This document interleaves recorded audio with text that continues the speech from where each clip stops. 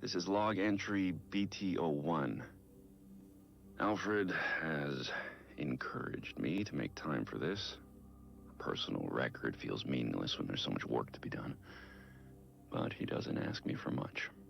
So, it's been a year since I came back to Gotham. There was always darkness in this city. It used to be insidious. Now it's out in the open.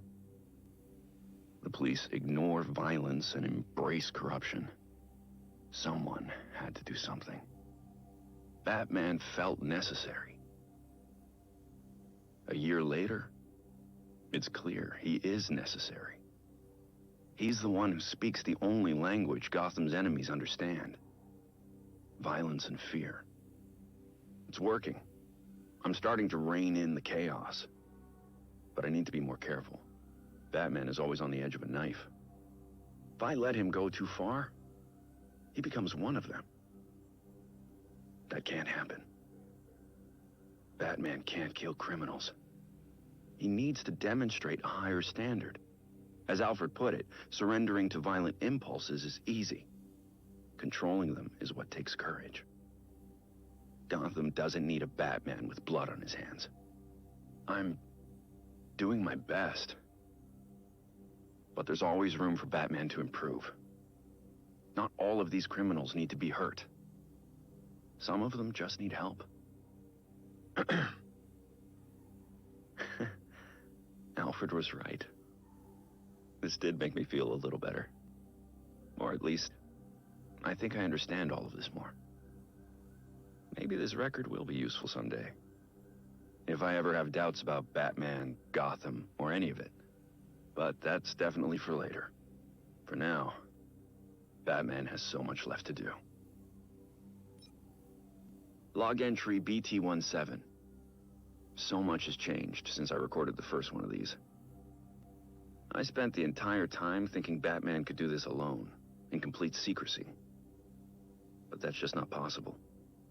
Besides Alfred, there are two people on the planet who know Batman's true identity, and only because I told them.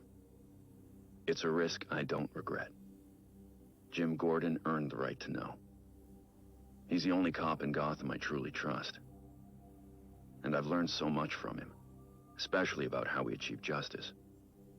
I envisioned Batman as vengeance, but Jim helped me make something more out of it.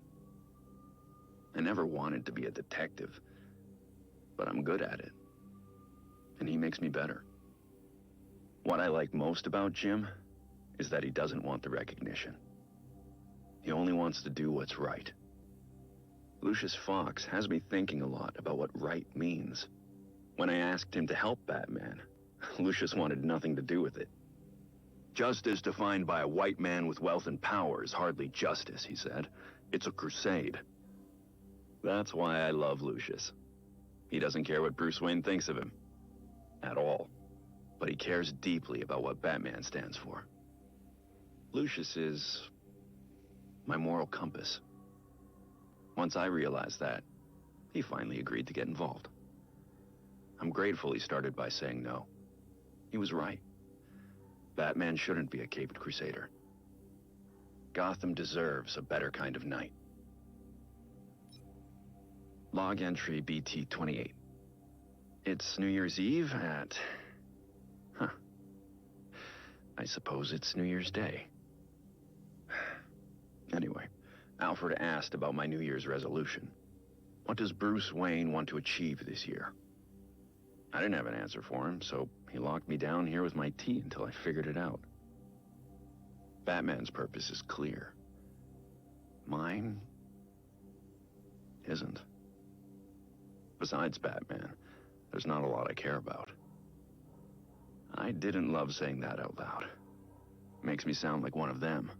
The tricksters and clowns and gangsters across Gotham who... I can't even talk to myself without talking about Batman. But protecting people. It's all I'm good at. Maybe that's it. I'm spending this fortune on Batmobiles, building this enormous cave. Meanwhile, Gotham has problems Batman can't solve. But Bruce Wayne might be able to. Jim Gordon's worried about being able to put his daughter through college. Lucius mentioned how great it would be to have a foundation that helps disadvantaged youth study tech. I could take the hint. Then there's always providing relief for the homeless. The Dark Knight works alone, but Bruce Wayne doesn't have to. So, I suppose my resolution is to invest in other people. Alfred will like that. Maybe enough to let me back upstairs and let me sleep in my bed. Because that medical gurney is really uncomfortable. Log entry BT-79. In a move that surprises even me, I've hired Harley Quinn as a research partner. Or rather, I've hired Dr. Harleen Quinzel, a trained psychiatrist whose work in criminal profiling surpasses even mine. Of course, some of that work is based on her personal experience as a criminal. While this aspect of her history is impossible to overlook, in this instance, it's invaluable. It took less convincing than I thought to gain her cooperation. A chance to do good, small honorarium, and a ride in the Batwing were all the perks she requested. My contacts tell me Harley is comfortably installed at Blackgate. It's genius on her part. No one will suspect her presence, even if she's not actually serving a sentence right now. It puts her in the perfect location to carry out the research I need. It does also put her back into the criminal lifestyle we'd all prefer she left behind, but I will check in on her progress occasionally. I've given her the pattern I'm looking for. She's positioned to comb the records and profile the subjects. They, if they really do exist, won't be looking for Harley. And I'll keep it that way. Not a whispered word is said. Log entry BT-33. Crossed paths with Batgirl on patrol tonight. It's been a few weeks since she joined the team. Not that she'd put it that way. She's accepted some training, resources, nothing more. Even had some choice words to share about the Batcomputer's tech. I get it. She was doing fine without me. Far better than I would have without the means I was born into. No wonder she insists on sticking to her own cases. Reminds me of someone else I know. Everything Jim has ever said about his daughter is true. I won't be the one to tell him. That's her right.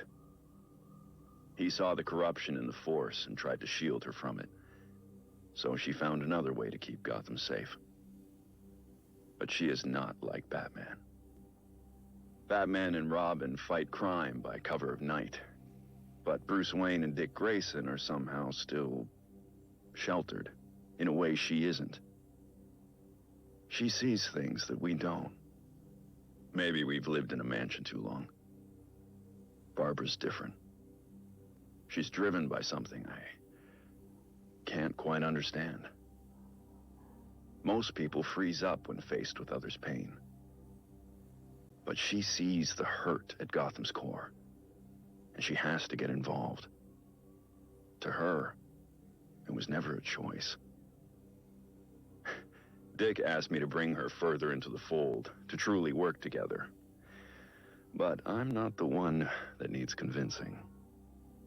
Barbara insists she doesn't need me. And frankly, she's right. But Gotham does need Batgirl. We're fortunate to have her on our team, in whatever way she sees fit. Log entry BT-66. Earlier this week, I confronted Basil Carlo, otherwise known as Clayface. It didn't go as I had hoped. I keep asking myself, could I have been faster? Maybe.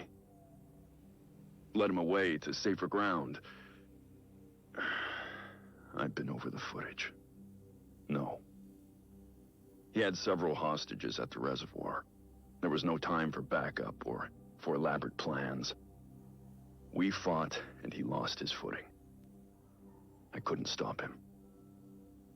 When he hit the turbine, it confirmed what I had feared. One of us was going to die that night. But Basil always had a sense for the dramatic.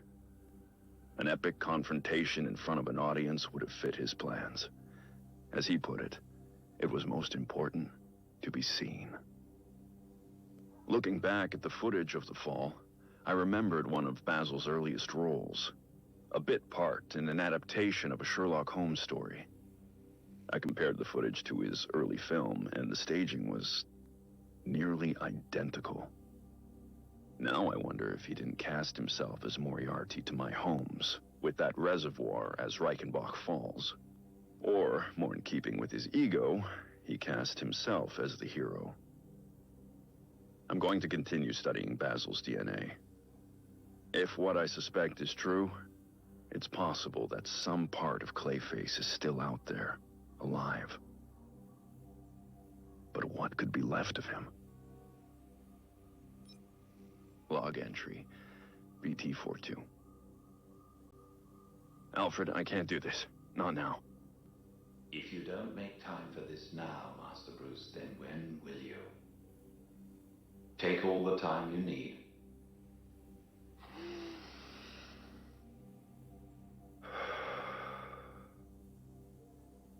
I didn't know so much could go so wrong. There's nowhere else I can go. Dick stopped by Gotham again. Our meetings lately have been strained. I pushed him away. And this time I don't know if he'll ever come back.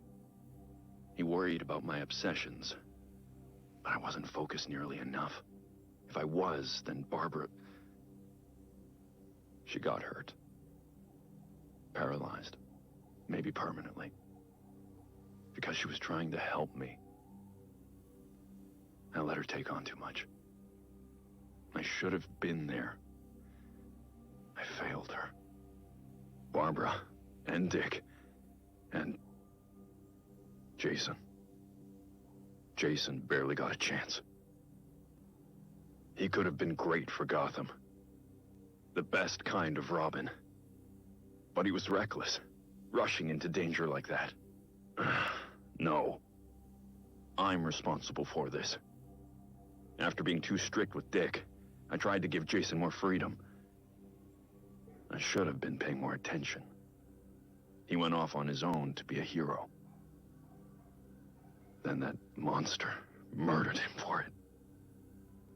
He was killed because of me. I'd do anything to fix this.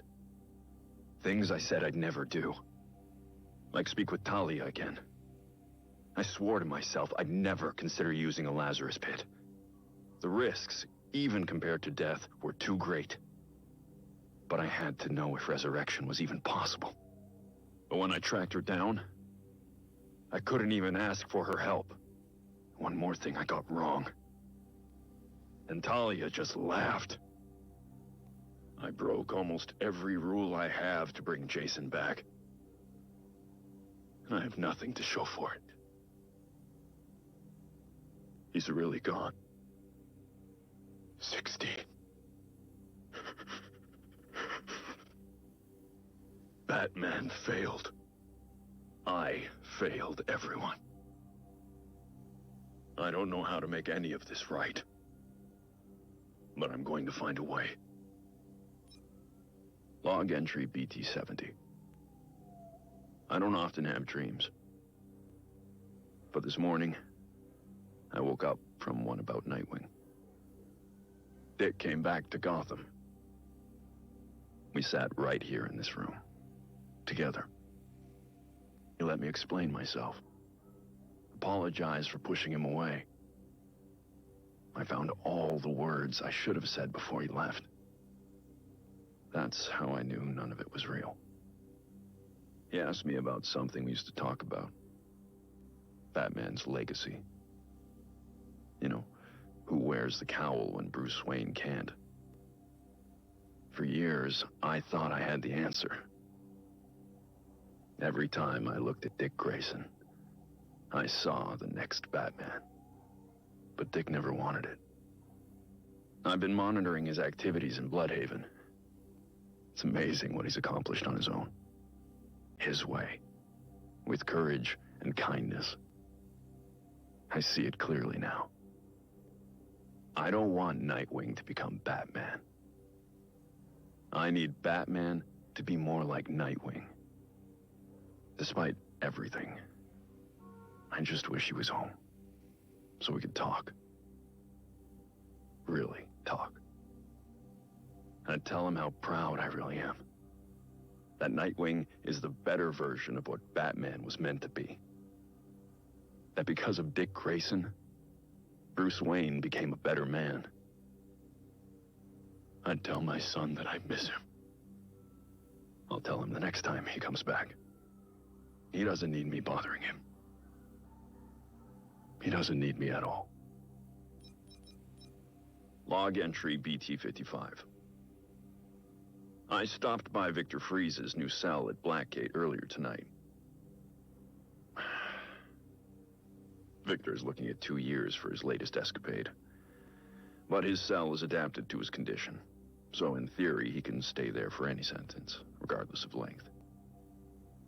I made a promise to Victor long ago that I'd try to help his wife, Nora. Recently, advancements in medical technology made that possible. As much as I was glad to help Nora herself, I had also hoped that helping her would encourage Victor to change his ways. But after her successful decriminalization and treatment at Gotham General, Nora wanted no part of their previous relationship. She recognized what I'd been reluctant to accept. Mr. Freeze has embraced his identity as a villain, and is loath to give it up. At her request, I safely relocated Nora. Her instincts were right. His response was violence. I subdued him and brought him to the GCPD. Victor now insists that Nora rejected him due to his condition rather than his actions. He asked for my help in finding a cure. I agreed. I've looked at my work for Nora. I think I can do it. That will let him live more comfortably. But I told him it won't bring Nora back. Until Victor accepts that his problems are because of his violent behavior, he'll keep returning to the same criminal patterns. I only hope I can make him understand that. Log entry BT-57. It's been 2 months since I confronted Red Hood. Wanted criminal, confirmed killer. Jason. At first, I didn't want to believe it. But after that shock, came hope.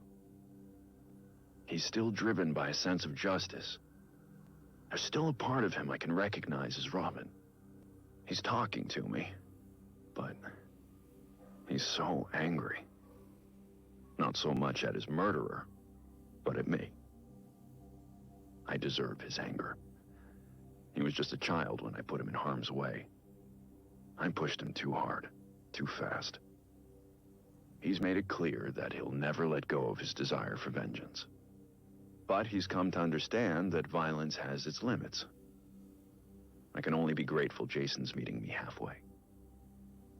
He's accepted counseling. We're finding a way to move forward. He's even suggested we work on a new kind of pistol for him, together. Something that's more bat-friendly. I have some reservations about that, but he insists it's possible, and his prototypes are promising. He's making an incredible effort to come back from that cliff. To be a better man. So far, I've been unable to find out what happened between Jason's murder and his appearance on Gotham streets as the Red Hood. His amnesia seems total, but not necessarily irreversible. Maybe with time he'll remember. Alfred and I ran every test we could think of. The last one confirmed my suspicions. We found evidence he'd been exposed to a Lazarus pit. Was Jason revived by Raish? Talia? Another faction or cult?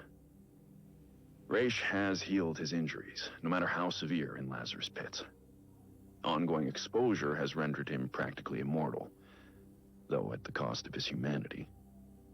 Raish's original goal when he founded the League was to destroy a corrupted society, to then rebuild it to a purer form. Now, he seems to have lost sight of any reconstruction. He views all human beings as irredeemably flawed, even Talia. For all his anger, Jason is nothing like that. My working theory is that a single short exposure to a Lazarus pit won't cause a permanent shift in personality. But I need to learn more. For Jason's sake. I won't lose him again. Log entry BT-49. 6 months since Tim Drake showed up. This kid not only figured out Batman's identity, but connected every dot. Nightwing, Alfred, Jason Todd, and at just 13. Tim is certainly smarter than I was at that age. In a raw sense, maybe even now, a natural detective. When Tim figured out who we all were, my first thought was, how did he do it? And then, how could he use this against us? Even more paranoid than usual. I've been in a dark place since Jason died. Robin's mask now feels like a curse I inflicted on Jason. And Dick. Tim wants the mask anyway. He says Batman needs Robin. Alfred and Dick just encourage this. They insist Tim just wants to help. There was a time I thought that I was helping Dick. Certainly thought I was helping Jason. If it were only that simple. Tim thinks everything has an answer. He has this absolute enthusiasm I can't possibly match. I worry I'll just grind that enthusiasm to dust, like I did with the others, whether I want to or not. It's just what I am. Though Tim would be better off without the mask. If he has to wear it, pushing him away would be dangerous. For some reason I can't understand. He trusts me. I'm certain I don't know what's best for the kid. But with all his potential, and that raw genius, maybe, just maybe, we can make this work. Log entry BT-81. I just finished packing Alfred's luggage into the taxi. I can't believe after months of nagging, he finally agreed to take a vacation. He always has an excuse. If it's not a case stopping him, he's too busy redecorating the manor or helping Tim on a project. But I could see it in his eyes when the fog rolled in, or the way he sighed as he made a cup of tea. He missed England. He says I'm so focused on stopping the next criminal that I don't appreciate what I've already accomplished. But he's guilty of that too. He's the one who works from the shadows, making sure I survive every night. Every patrol. If anyone deserves a vacation, it's Alfred. I looked it up. The last time he took time off was after we captured Firefly, at least 4 years ago. I don't think he would have left if Tim hadn't promised to look after me while he's gone. Even Jason stepped in and said he would cook for me so I don't, and I quote, die from salmonella. To show his gratitude, Alfred assured us he will give Ace the fanciest treats money can buy. I swear that dog has us wrapped around his paw. Anyway, Alfred shouldn't worry so much. I'm clearly in good hands. And I'll sleep better at night knowing he'll be out of reach of the people I'm currently investigating.